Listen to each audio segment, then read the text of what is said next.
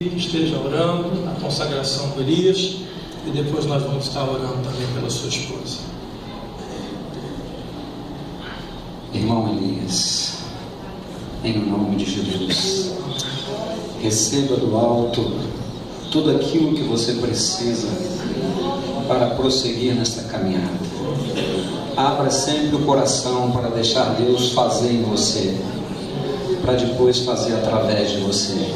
E nós cremos que ali no Salgueiro você tem caminhado nesse alvo, e o Senhor já o tem usado lá.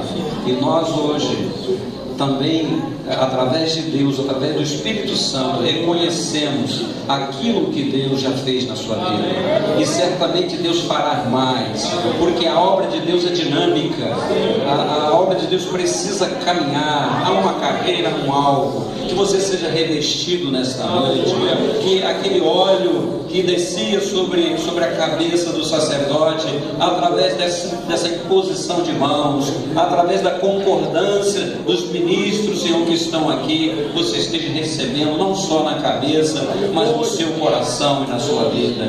Pai, nós oramos pela vida deste homem, fortalece a sua caminhada, Senhor, firma os seus passos, Senhor, coloca, Senhor, no seu coração tudo aquilo que ele precisa, Senhor, e que haja um canal aberto, Senhor, do trono de Deus com a vida deste homem e com aquela congregação lá, Senhor, em Salgueiro. Nós oramos e abençoamos a vida dele com toda a sorte de bênçãos espirituais que estão em Cristo Jesus. Faz isso na vida deste homem, Pai. Faz isso porque ele precisa, Senhor, e que esse reconhecimento desta noite, Senhor, possa impactar a sua vida e impactar a sua mensagem, impactar o seu pastoreio, Pai, naquele lugar, Senhor, naquele bairro, Senhor, que com certeza a luz vai brilhar mais, porque ele será uma testemunha viva do poder de Deus na sua vida. Nós oramos e abençoamos e fazemos isso em nome do Pai, do Filho e do Espírito Santo de Deus. Que todos digam amém. Amém.